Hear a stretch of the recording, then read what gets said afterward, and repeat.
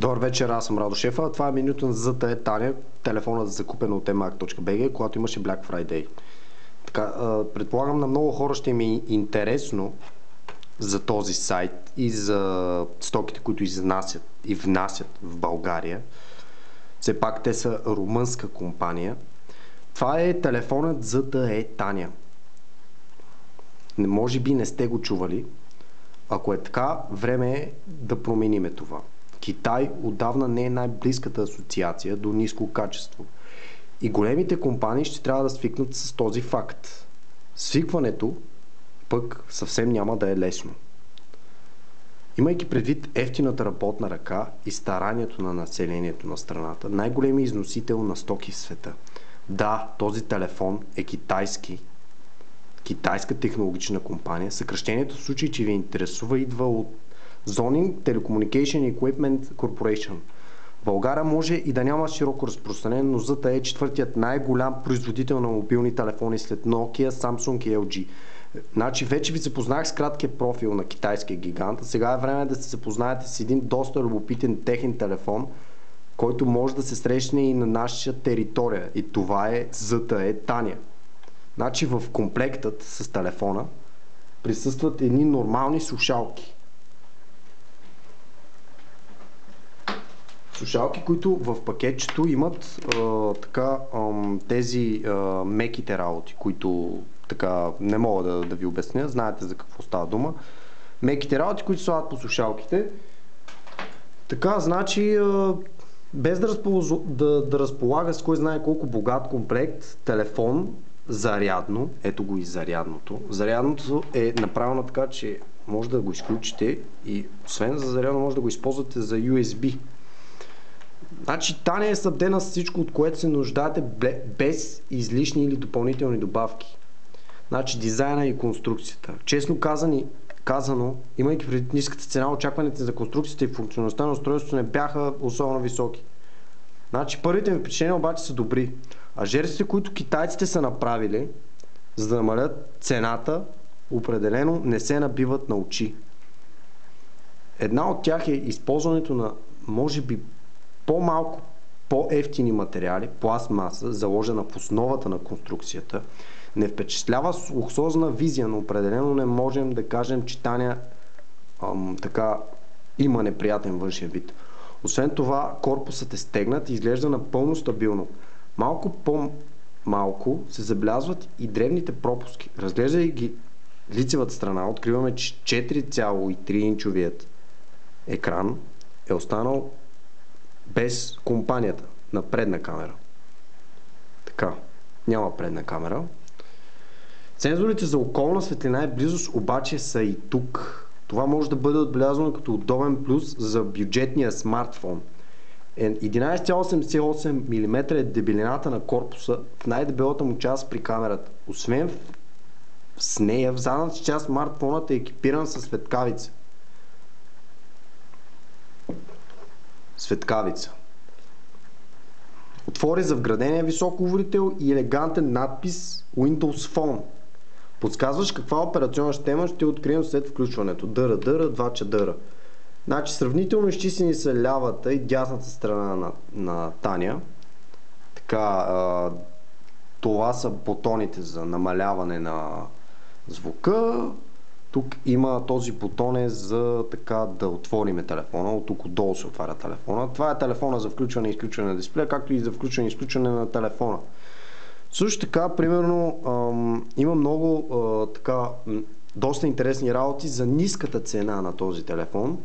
Отдясно пък са разположени Power бутонът, както казах, Power бутонът, микро USB порта и така нататък. Значи горната част остава за жакът, за слушалки, а долната е напълно изчистена. Няма нищо по нея. Ако искате да разберете малко повече за телефона, все пак и ако искате да го използвате, значи този телефон е сравнително така от трудните софтуерни системи, операционни системи. Значи, примерно, дисплея и звука. Значи екранът на Таня не е така IPS, нито AMOLED. По характеристика смартфонът изостава зад висококласните си конкуренти, но трябва да отбележа, че картината му все пак е доста ясна и детайлна. Разделителната му способност е 480 по 800 пиксела, което при 4,3 инчов диагонал осигурява детайлност от 217 ppi, за разлика от конкурентите Lumia, Gorilla Glass, покритието липсва. Значи съвсем не са лоши звуковите качества на аудиосистемата, вградена в Таня. Вграден високоговорител предоставя сравнително силен и сравнително изчистен звук. Оценката ми тук е висока. Батерията на Таня е с капацитет 1400 mAh. В стендбай телефона издържа до 200 часа, при разговор до 4 часа. Операционната му система е Microsoft Windows Phone 7 по 5 Mango, процесор Qualcomm Snapdragon Scorpion 1 GHz, оперативната памет е 512 МБ RAM, диска е 4 ГБ собствена флаш памет, за съжаление няма така microSD така, карта за повече памет, това му е минуса. Значи видеокартата му е Adreno 205, 4,3 инчов дисплей с резолюция от 480 до 800 пиксела капацитивен. GSM комуникацията, значи комуникацията GSM 900, 1800, 1900, 3G Wi-Fi 802 по 11 ABGN, Bluetooth 3.0 плюс A2 TPI. Камера 5 мегапиксела, камера с автофокус, отзад светкавец 720 p, видеозапис при 30 кадра в секунда. Допълнително мултитъч акселерометър, електронен компас, сензор за близост, GPS, жак за слушалки, микрофон FM радио. Дебелина на корпуса 11,88 мм, тегло 158 грама.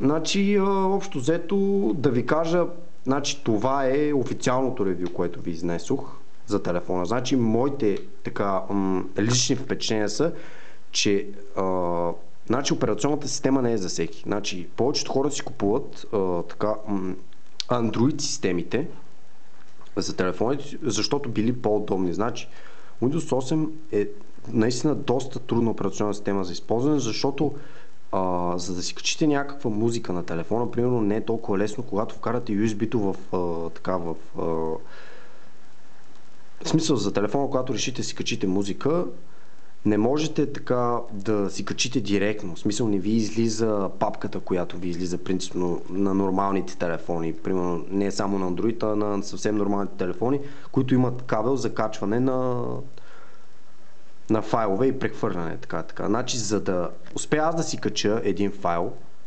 някакси успях да разуча софтуера. Значи, сложих си свързах телефонът с лаптопа за прехвърляне на данни. След това незнайно защо не ми излезна така диска, който излиза принципно, ми излезна в My Computer Properties, когато дадох, ми излезна, че ми липсва някакъв софтуер за този телефон, защото няма синхронизация. Значи, за да успея да намеря начинът, понеже този телефон няма никакви инструкции за него, все пак е доставка от Румъния и менюто е английско, няма начин на българско меню. Разбира се, в България може да намерите българско меню, но в момента не съм много сигурен, че този телефон е много широко разпространен в момента в България, освен покрай този emac.bg. Успях и аз да се снабдя с него. Да продължиме. Менюто му е много интересно, за да успеете да го разучите, ще ви трябва наистина доста време. Значи аз от 2 дена го разучавам, още не съм го разучил както трябва. Но моите впечатления са, че телефонът е сравнително добър. Звукът му, който вади на разговори по телефона, също така, ако може да водите разговори по Skype, аз успях да водя разговор по Skype, само че минусът на този телефон е, че липсва microSD слот за карти. Тоест има стабилен корпус, добър екран, добър звук, интересна, но трудна операционна система за хората, които нямат много нерви. Но все пак всеки си избира телефонът, който да е. За тези пари телефонът не е лош. Но моето така лично впечатление е да не бързате наистина с телефоните, защото ако си вземете Windows Phone, наистина ще трябва да имате нерви, за да успеете да го разучите. Защото този телефон не е като останалите. В смисъл Nokia Lumia е абсолютно същата операционна система. Но тук говорим за наистина сложна така поредица от доста много програми, които искат много точен така инструктаж или както искате да го наречем. Също така ето и камерата. Камерата не е много зле. Наистина бива за парите, за които си сте дали. Другото, което е, внимавайте от началото, когато го купите, не бързайте много, също така не забравяйте да разредите батерията, защото това ми беше грешката на мен, не си разредих батерията от началото и сега я разредих един път.